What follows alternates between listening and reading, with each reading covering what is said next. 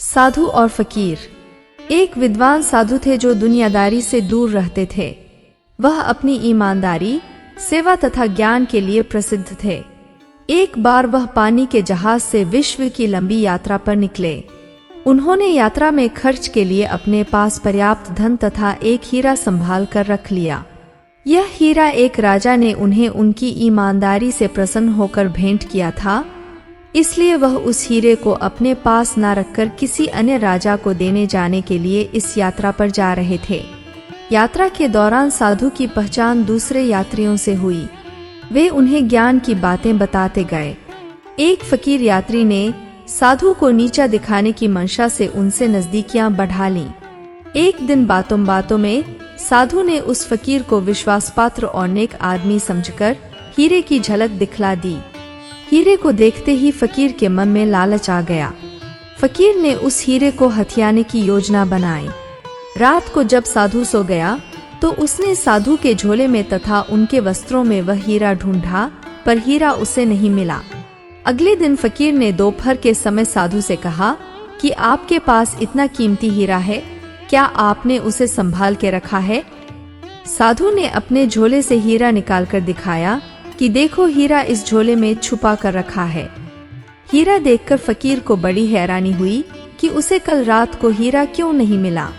आज रात फिर से प्रयास करूंगा, यह सोचकर उसने दिन काटा और सांझ होते ही अपने कपड़े व सामान रखकर स्वास्थ्य ठीक न होने का बहाना बनाकर जल्दी सोने का नाटक किया। निश्चित समय पर संध्या पूजा अर्चना के पश्चात जब साधु कमरे में आए तो उन्होंने फकीर को सोता हुआ पाया। साधु ने सोचा कि आज फकीर का स्वास्थ्य ठीक नहीं है, इसलिए जल्दी सो गया होगा। उन्होंने भी अपने कपड़े तथा झोला को रख दिया और सो गए। आधी रात को फकीर ने उठकर फिर साधु के कपड़े तथा झोला झाड़कर देखा, लेकिन उसे हीरा फिर भी नहीं मिला। अगले दिन उदास मन से फकीर ने फिर से साधु से पूछा कि आपके पास इतना कीमती हीरा है, आपने उसे संभाल कर तो रखा है ना? यहाँ बहुत से चोर हैं। साधु ने फिर से अपनी पोटली खोलकर उसे हीरा दिखा दिया। अब हैरान परेशान फकीर के मन में जो प्रश्न था उसने साधु से खुलकर पूछ लिया।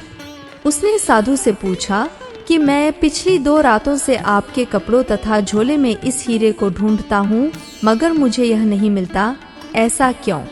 रात को यह हीरा कहाँ चला जाता है? साधु ने बताया, मुझे पता है कि तुम कपटी हो।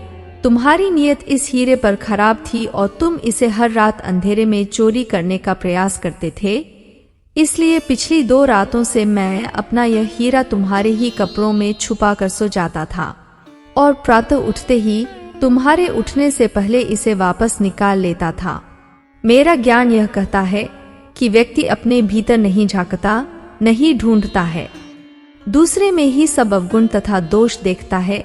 तुम भी अपने कपड़े नहीं टटोलते थे। यह बात सुनकर फकीर के मन में साधु के प्रति और अधिक ज्यादा ईर्ष्या और द्वेष उत्पन्न हो गया। वह मन ही मन साधु से बदला लेने की सोचने लगा। उसने सारी रात जागकर एक योजना बनाई। अगली सुबह उसने जोर जोर से चिल्लाना शुरू कर दिया कि हाय, मैं मर गया, मेरा एक कीमती हीरा चोरी हो गया। वह रोने लगा। जहाज के कर्मचारियों ने कहा, तुम घबराते क्यों हो? जिसने चोरी की होगी वह यहीं पर होगा। हम एक एक की तलाशी लेते हैं, वह चोर ही अवश्य पकड़ा जाएगा। जहाज के कर्मचारियों ने यात्रियों की तलाशी लेनी शुरू की। जब साधु बाबा की बारी आई तो जहाज के कर्मचारियों और यात्रियों ने उनसे कहा, आपकी क्या तलाशी ली जाए? आप पर तो अविश्वास करना ही अधर्म है। यह सुनकर साधु बोले, नहीं, जिसका हीरा चोरी हुआ है उसके मन में मेरे प्रति शंका बनी रहेगी, इसलिए मेरी भी तलाशी ली जाए। बाबा की तलाशी ली गई, लेकिन उनके पास से हीरा नहीं मिला। 2 दिनों के बाद जब यात्रा पूरी हुई तो उस फकीर ने उदास मन से साधु से पूछा, बाबा, इस बार तो मैंने अपने कपड़े भी टटोले थे, हीरा तो आपके पास था, फिर वह कहाँ गया? साधु ने मुस्कुराकर कहा, उसे मैंने बाहर पानी में फेंक दिया।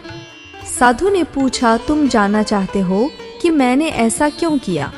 क्योंकि मैंने जीवन में 2 ही पुण्य कमाए थे, एक ईमानदारी और दूसरा लोगों का विश्वास। अगर तलाशी में मेरे पास से वह हीरा मिलता और मैं लोगों से कहता कि ये हीरा मेरा ही है, तो शायद सभी लोग मेरी बात पर विश्वास नहीं करते। यदि मेरे भूतकाल के सत्कर्मों के कारण विश्वास कर भी लेते, तो भी मेरी ईमानदारी और सत्यता पर कुछ लोगों का संशय अवश्य ही बना रहता। मैं धन तथा हीरा तो गवा सकता हूँ, लेकिन अपनी ईमानदारी और सत्यनिष्ठा को खोना नहीं चाहता। यही मेरे पुण्य कर्म हैं जो मेरे साथ जाएंगे।